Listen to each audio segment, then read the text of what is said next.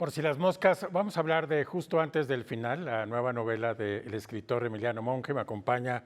Emiliano, ¿cómo estás? Muchísimo gusto verte otra vez. Muy bien, muy contento de verte, muy contento de estar aquí. Y bien, la verdad es que estoy bien, contento de que vayamos poco a poco saliendo de esos De estos años. años pandémicos que nos Sí, dejamos de ver. sí. Oye, Emiliano, bueno, vamos a comenzar para que entienda el público de qué vamos a hablar. ¿Por qué no nos cuentas un poco el planteamiento general de la novela Me para parece ir perfecto. Sí. desarrollando sobre eso? Perfecto, sí. Justo antes del final, que es esta novela que estoy ahora en estos días presentando, es un poco es la historia, parte de lo autobiográfico, primero que decir, ¿no? No es puramente autobiográfica, pero parte de lo autobiográfico. Es la historia de una mujer que nace en 1947.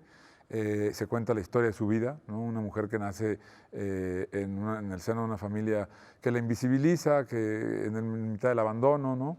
Dice que su primer recuerdo es el frío, por ejemplo, ¿no? Y se cuenta la historia de cómo va ella construyéndose un lugar propio en el mundo, un lugar a través del amor y del cuidado a los otros. Es una novela atravesada por diferentes temas como la locura, la enfermedad, el cuidado, las violencias, ¿no? de diferentes épocas. Y al mismo tiempo, esta es como una parte de la novela y la otra parte de la novela es estos mismos temas y esta misma estructura que se va contando año con año del mundo, ¿no? de una especie de almanaque del absurdo, del enloquecimiento del mundo. Entonces es como tratar de contar algo desde lo más pequeño, que es la intimidad de una persona, hasta lo más grande, que es esta cosa como suerte, como de historia colectiva que compartimos todos, ¿no?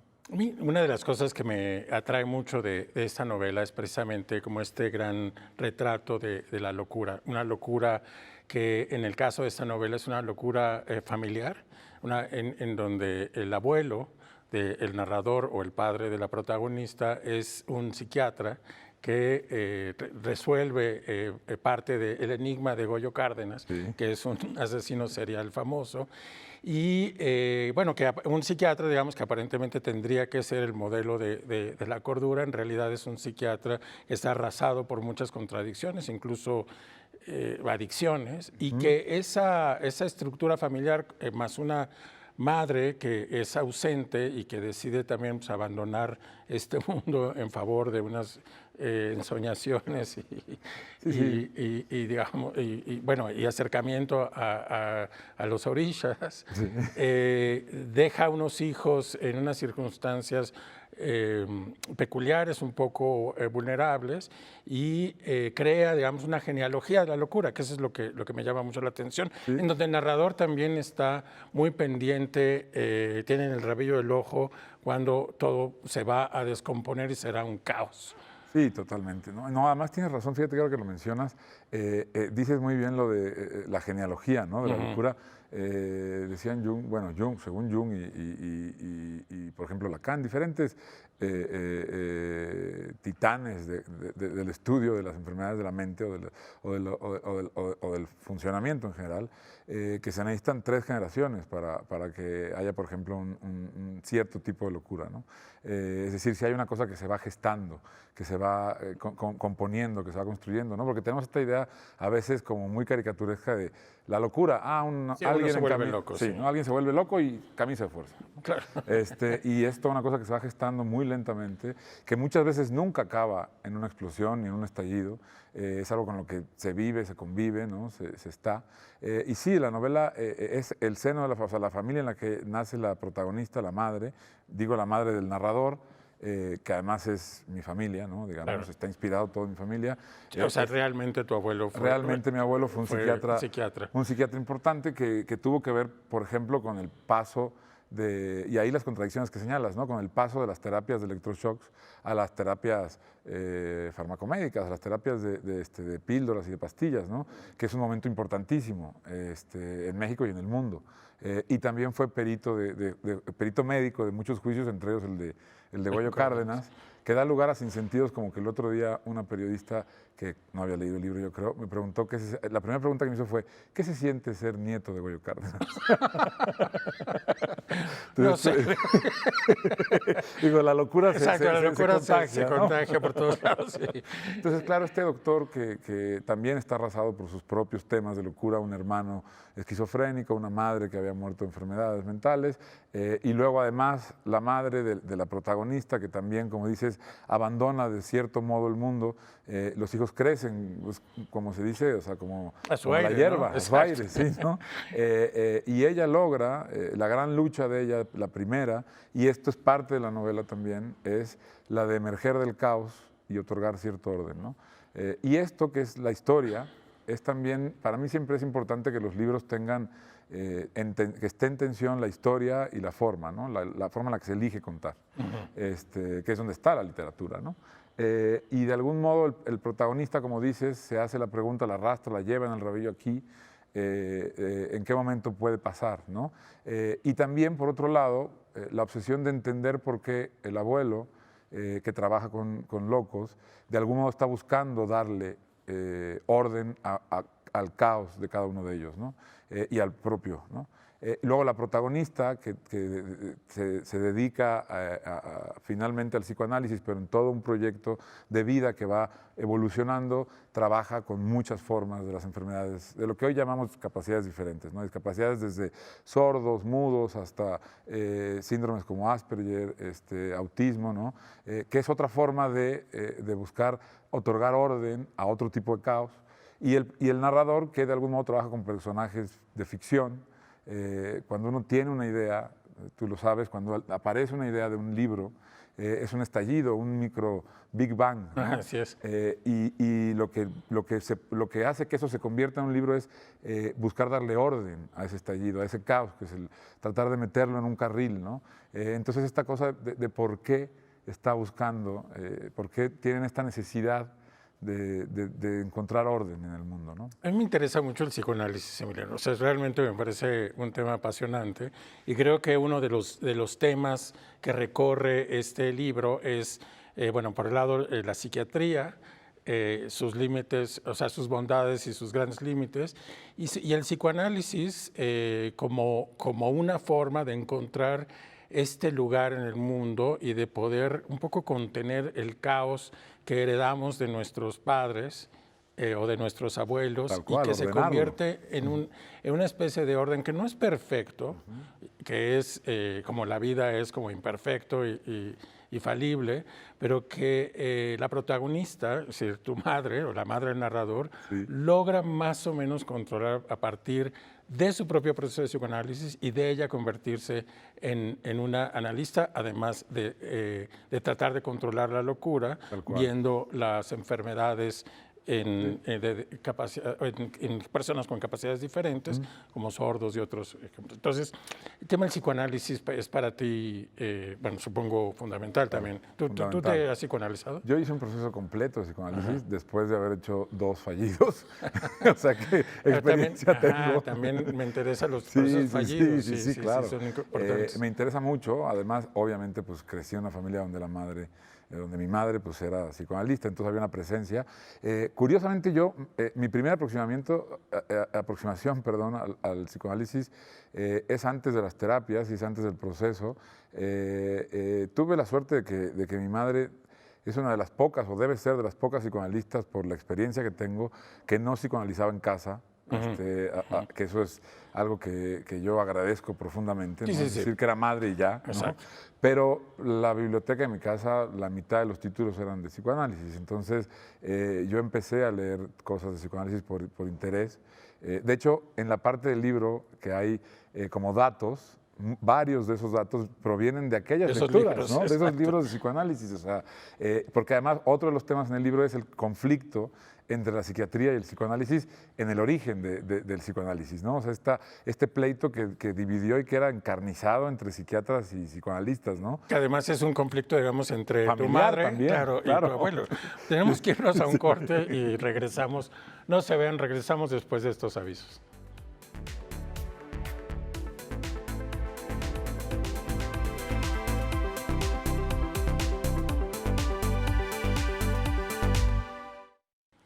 Por si las moscas, estamos de regreso. Hablamos del libro de Emiliano Monge justo antes del final, que es su nueva novela. Emiliano, hablábamos de algunos aspectos que tocas en este libro.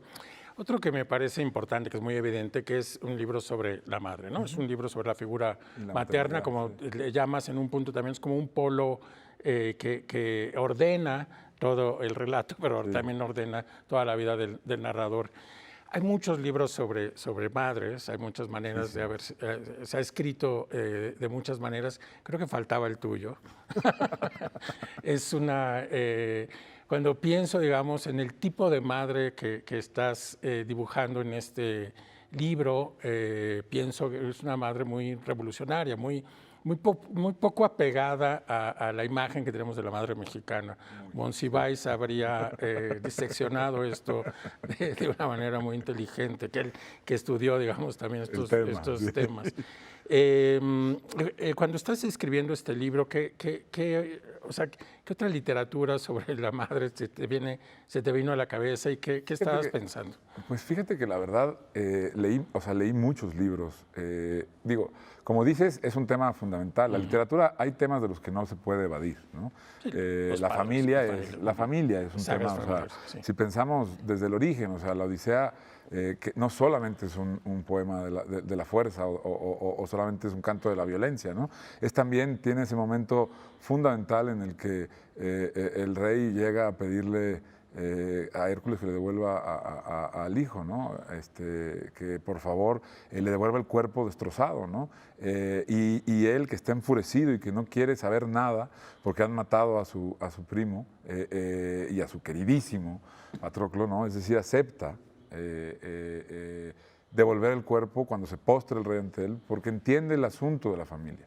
Y ese que es uno de los clímax de la Odisea, es un asunto de la literatura y la familia, ¿no? Y ya ni digamos la Odisea, que es el regreso al hogar, ¿no? Claro. Y que se trata tanto de la mujer que está esperando como del hombre que está yendo, ¿no? Y de los hijos, ¿no? Entonces, al final, es un tema que está, y yo he leído, por lo tanto, toda mi vida libros, como todos, que tienen que ver con la familia, con la madre, con el padre.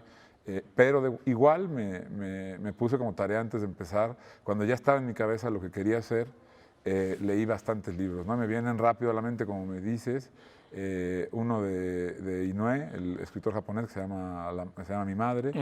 Mi Madre, de Richard Ford, también. Exacto, se llama Mi Madre, ¿no? Esa es también una referencia que me vino a la cabeza.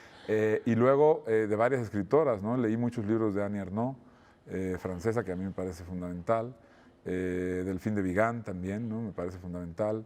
Pues un montón. Sí, un montón. Hay un montón de libros, pero el retrato que pintas de tu madre es, o sea, es verdad, es un personaje. Es un personaje muy ejemplar. Digamos, es un retrato de una madre feminista, una madre que encuentra un espacio de independencia a pesar del caos que hay alrededor.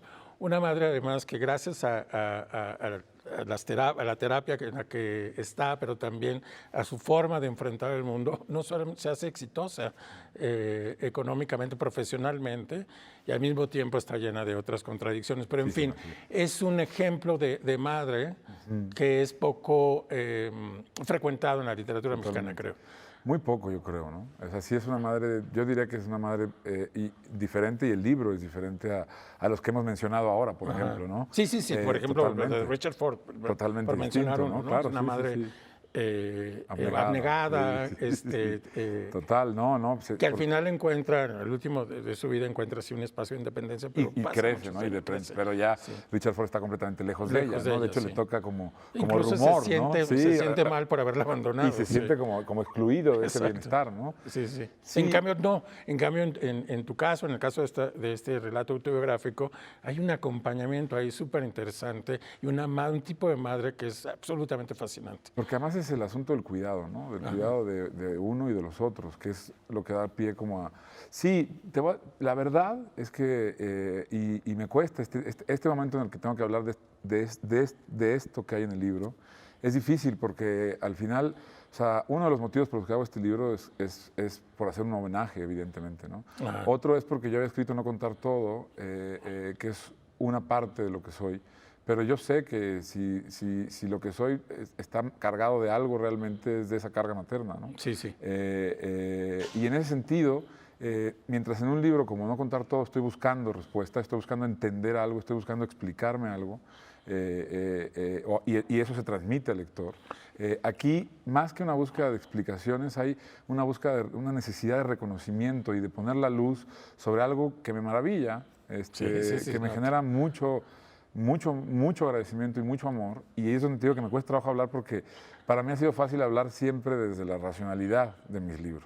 Y ahora de pronto tengo que hablar desde los sentimientos, y es complejo, ¿no? O sea, sí, al final crecimos en este país que nos marca, y el machismo nos hace como desconectar los sentimientos o rehuir de ellos, del lenguaje mismo, de la oralidad y de la palabra, ¿no? Entonces me cuesta como explicar cosas sin sentir que estoy siendo cursi, sin sentir que estoy siendo ridículo, absurdamente, ¿no? Pero es difícil, pues, ¿no? Y hay ese reconocimiento. En la misma extensión del libro, te lo quiero decir, o sea, en la manera, digamos, en que te dilatas en algunos pasajes, hay este amor y esta necesidad de poner luz sobre acontecimientos que son para mí preciosos y sumamente interesantes, y uno no puede más que seguir leyendo lo que sigue, lo que sigue. Sabes, es que es muy curioso. O sea, yo escribí un libro sobre que uno de los temas es el machismo, ¿no?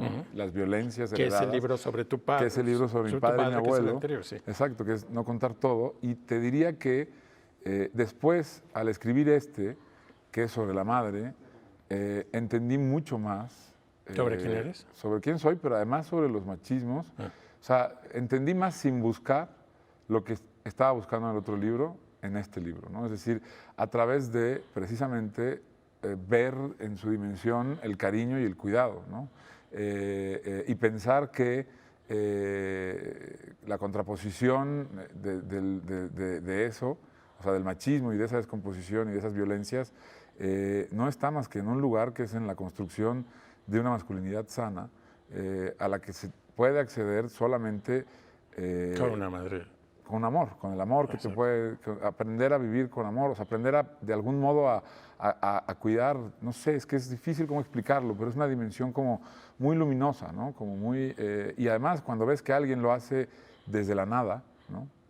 Y que además está dispuesto después a compartir eso, a ofrendar eso, a dárselo a los demás, eso genera como una corriente eléctrica, ¿no? Por eso también está tan importante lo de la electricidad y lo del rayo en el libro, Exacto, ¿no? Digamos, exacto, sí. Muy bien, pues vámonos a un corte, Emiliano. No se vayan, regresamos después de estos avisos.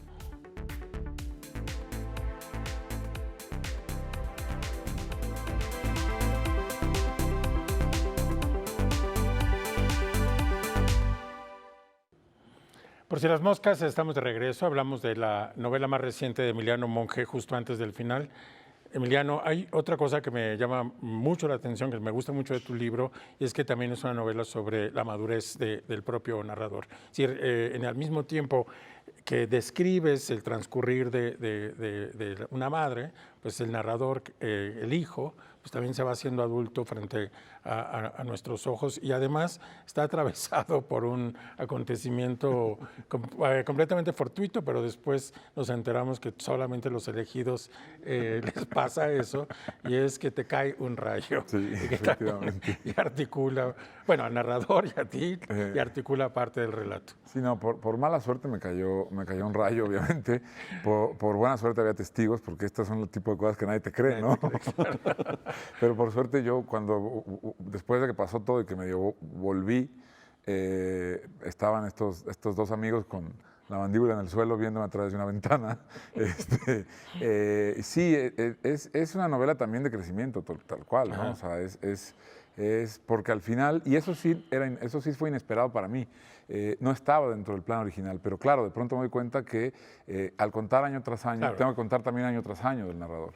Y me gustó el reto de este narrador que casi nunca nos cuenta de manera directa, es decir, que siempre está contando lo que le contaron, ¿no? Una tía o un tío, la madre misma, ¿no? Y que además está de ese modo trayendo el pasado llevándolo al futuro, porque además la está contando en un tiempo futuro, ¿no? Te dirá, te contará todo lo que le fue contado. Él es como un presente que no existe. De pronto me di cuenta que estaba mostrando mucho más de sí de lo que yo hubiera esperado, ¿no? Y es a través precisamente de ser solamente un espejo de los demás, sí. ¿no? Porque al final los demás nos determinan de tal forma que podemos contarnos a través de ellos, ¿no? Contarnos a través de lo que va sucediendo en la gente próxima y en el mundo en el que nos toca vivir. También es una cosa, tiene un juego también con lo generacional, ¿no? No solamente con el crecimiento, sino con esta cosa como de ser personas de una época, ¿no? Del contexto, ¿no? O sea, la aparición de Internet, lo que significó para mi generación, por ejemplo. Sí, ¿no? yo diría hijos de los 90 y Tal la cual. globalización del país, ¿no? Es Total. decir, son dos Clarísimo. fenómenos ¿no? clarísimos, Sí, es sí, decir, sí, del sí. zapatismo, el Tratado de Libre Comercio y cual. el Internet. Tal cual. Eso los determina. Exactamente. Oye, bueno, hablando de este tema generacional y aprovechando que estás aquí, me gustaría hablar de un poquito del newsletter que Perfecto. estás escribiendo para El País, que es un newsletter sobre literatura latinoamericana, sí.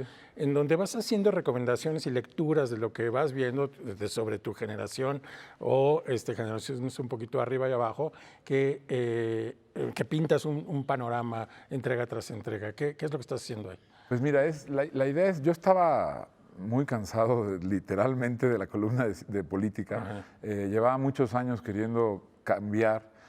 Originalmente habíamos planeado que iba a ser mucho menos tiempo y llevaba mucho tiempo diciendo que quería hacer algo de literatura, ¿no? No quería hacer una cosa, la típica cosa de reseñas o la típica, quería que fuera una cosa como de panorama, ¿no? Y fuimos hablando con mis jefes en el periódico mucho de qué podría ser y acabamos llegando a esta idea de la newsletter que se llama Letras Americanas y que lo que busca hacer es como hablar como de las coordenadas que ha habido en la literatura de nuestro continente, ¿no? Como si fuera una, ¿no? La literatura de Ciudad Juárez a la Patagonia, ¿no? Las diferentes corrientes que ha habido, los diferentes movimientos, los diferentes escritores, escritoras importantes que ha habido y cómo está eso, cómo nos relacionamos con eso los escritores de mi generación y de las generaciones más jóvenes, ¿no? Ya de pronto hay escritores de los 2000, cabrón. Sí, No puede ser, o sea, ¿no? Y es eso, es una búsqueda en libros que de pronto me resultan interesantes o que están generando un ruido o que están posicionándose por el libro como algo importante, ver en qué lugar, en qué pedazo entra la literatura del continente, ¿no? Como jugar con esto, ¿no? Entonces de pronto hablar de escritores y escritoras que además por la dimensión de nuestro continente y de nuestra lengua, es muy fácil que pasen desapercibidos, ¿no? O sea, escritores que de pronto publican en Bolivia y que no salen de ahí y que tienen que salir, ¿no? O en México o en Perú, ¿no? Y también buscar paralelismos y también por la dimensión. Estamos muy acostumbrados a decir, vivimos en México, y tenemos una relación con la literatura mexicana y nos resulta en general a los lectores y a los que estamos en esto fácil tender puentes entre la literatura de una escritora como Fernanda Melchor y una escritora como Brenda Navarro, por ejemplo, ¿no? Pero tienen muchos más vínculos, tienen vínculos con escritoras argentinas, uruguayas, y me parece que es interesante llevar a esa dimensión también, ¿no? Es un poco lo que busca la newsletter. En un minuto, porque se nos está terminando el tiempo, digamos, sin el aparato mercadotécnico del boom, que es la referencia, digamos, de la literatura latinoamericana, pienso que de todos modos sí hay como una efervescencia y un momento interesante. ¿Qué ves? Importantísimo. Yo te diría que, claro, o sea, es decir, el boom es irrepetible para empezar porque, el momento... Era la mercadotecnia. Y el momento es irrepetible. Es decir, hoy no funciona el mercado editorial ni los lectores como funcionaba en esa época. Los lectores tienen muchísimas más opciones, que eso ya hace que sea diferentísimo, pero es verdad que nunca se habían traducido tanto los escritores latinoamericanos como los de mi generación y la que sigue, ¿no? A todas las lenguas, ¿no? Es decir, el éxito de Fernanda Melchor es impresionante. Mariana Enríquez. Mariana Enríquez también. Gabriela Cabezón Cámara. Totalmente. Y si nos vamos a Chile, o sea, es igual, Lina Meruane, no, es que hay un montón, o sea, está en todos lados, ¿no? Se está traduciendo muchísimo, se está es raro que haya un año ya por ejemplo, del Booker sin candidatos de escritoras o escritores latinoamericanos, y asisten todos los idiomas. Y te lo dicen los editores en las ferias y en todo, ¿no? Hay un movimiento muy poderoso de la literatura latinoamericana. Sí. Muy bien. Emiliano, pues muchísimas gracias por estar aquí por Si las Moscas. Y a nuestra audiencia decirle que nos vemos el próximo sábado a las 7:30 por Si las Moscas.